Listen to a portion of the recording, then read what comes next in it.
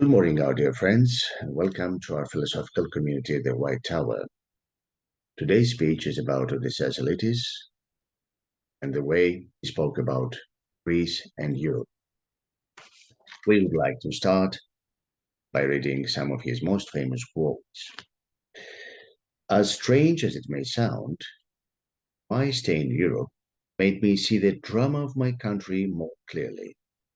There, the injustice that befell Greece and the poet alike leapt up vividly. Little by little, these two were equated in me. I repeat, it may sound strange, but I clearly saw that the fate of Greece between other nations was similar to the fate of the poet between other men. I mean, of course, the people of money and power. While speaking about Europe, Odysseus Elytis had certain things in mind, like what Europe has to consider first and foremost. He had a dilemma, like, shall Greece proceed to a different path following the flow of history, or stay back to its own values? Question like, where does the difference between Greece and the West lie? And finally, what are the main preconditions that have to be fulfilled before taking any action?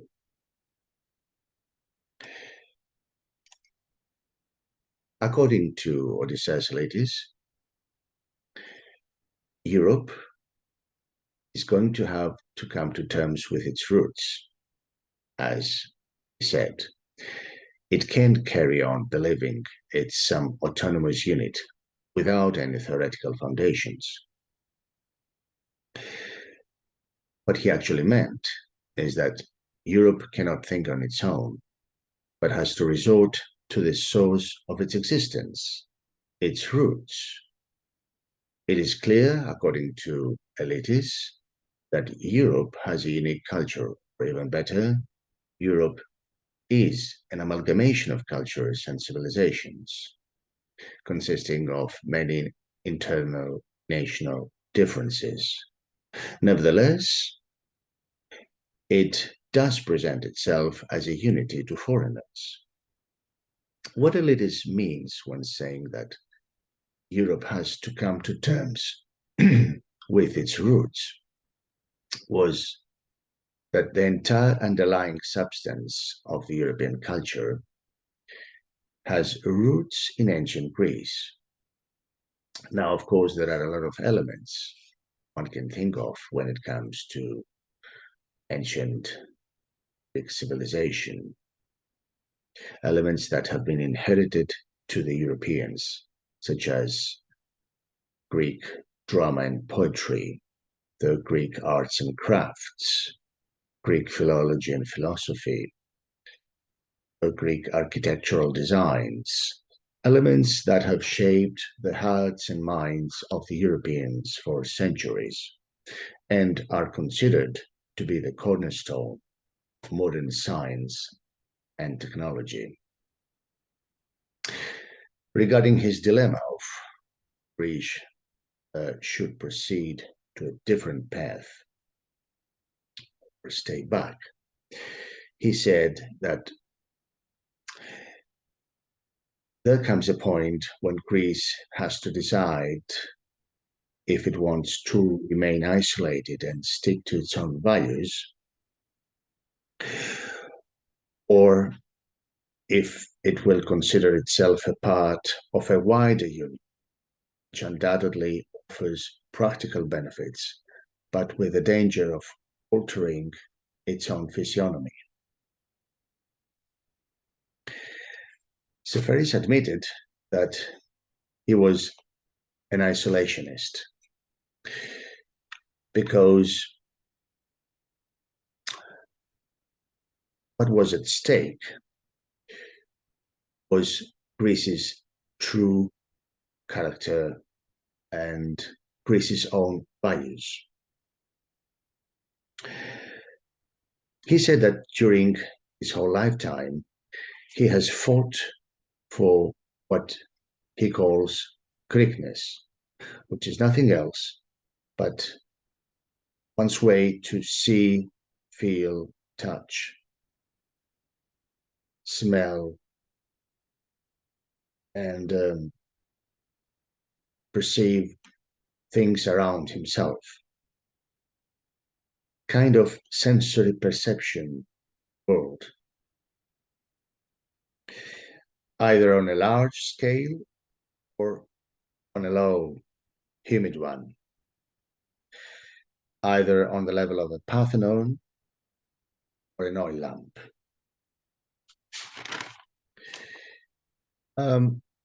He always ran the danger of being contradictory, going back and forth.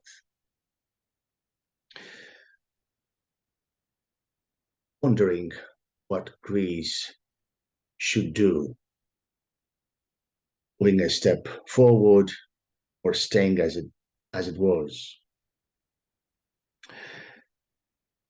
He said that if it is wiser not to oppose ourselves to the flow of historical events, maybe a different strategy might help Greeks distinguish themselves by following another path.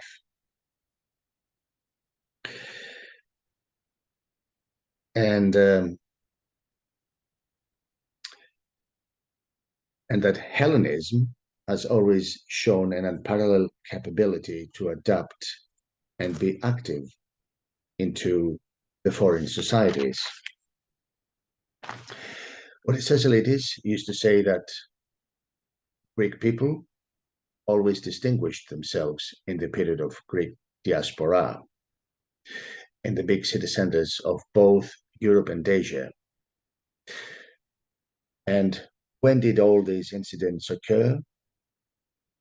These incidents occurred at a time when Europe was at its peak and the states were much more powerful and dominant, unlike his days and even nowadays, where the states are powerless, weakened. They're actually in decline, characterized by a weak state capacity, leaving citizens vulnerable to a range of shocks. And nowadays, these states are in desperate need of the vigor of new ideas. Now, in terms of the differences between Greece and the West, Odysseus Elytis said that courtesy, politeness, and quality is everything, as opposed to the size and quantity that characterize the West, because there lies the difference. And he explains that Europeans got their values from Greece to lead themselves to Renaissance.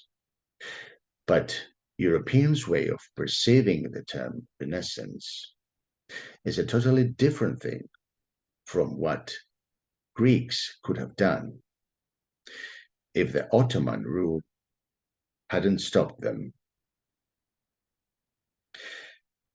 Now, according to Odysseus Elytis,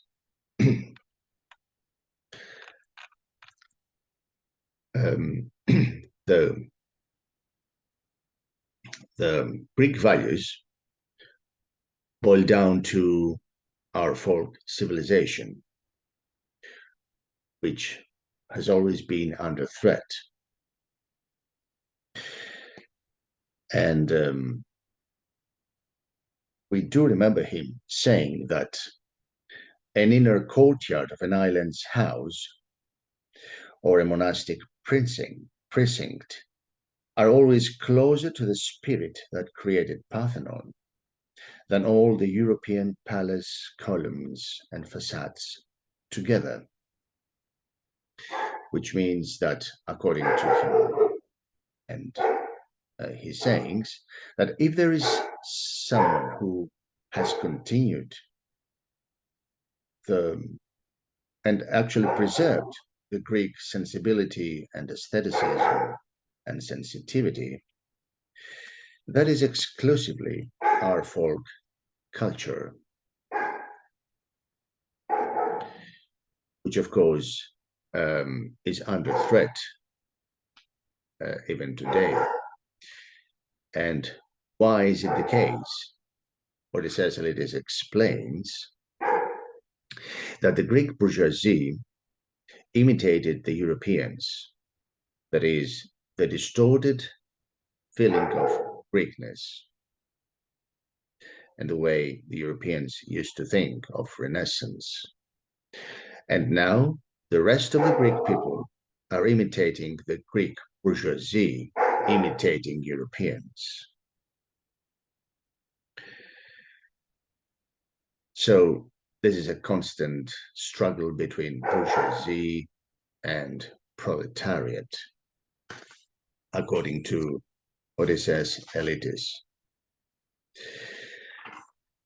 And last but not least, we should always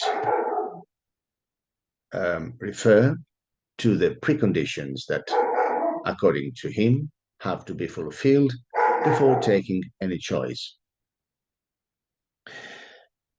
Odysseus Elytis said that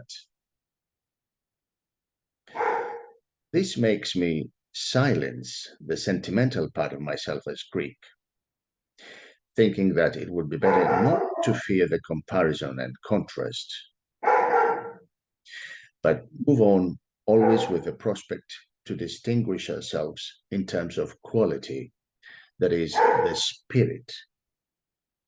That's why Odysseus Elytis insisted on the issue of education. And education for him was all that mattered. And education actually equals the quality. That is the quintessential element that we should always seek for to whatever we do in our pursuit to happiness and prosperity. He said that we need education, a deeper and more serious approach to education, and not that technical approach that is present in our times, meaning the constant accumulation of technical knowledge through the teaching process. Odysseus Elytis referred to a more deeper approach to education, because only then could we distinguish ourselves and move on to a new spiritual, intellectual path, but also sustain ourselves and preserve the unique characteristics of our Greek physiognomy.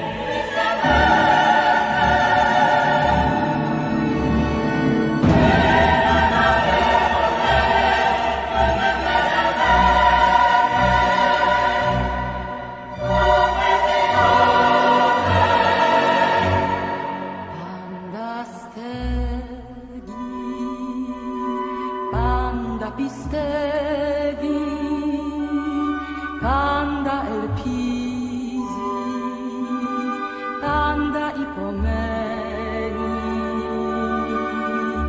I agapiu de pote pipti, I te de profitie catargificande.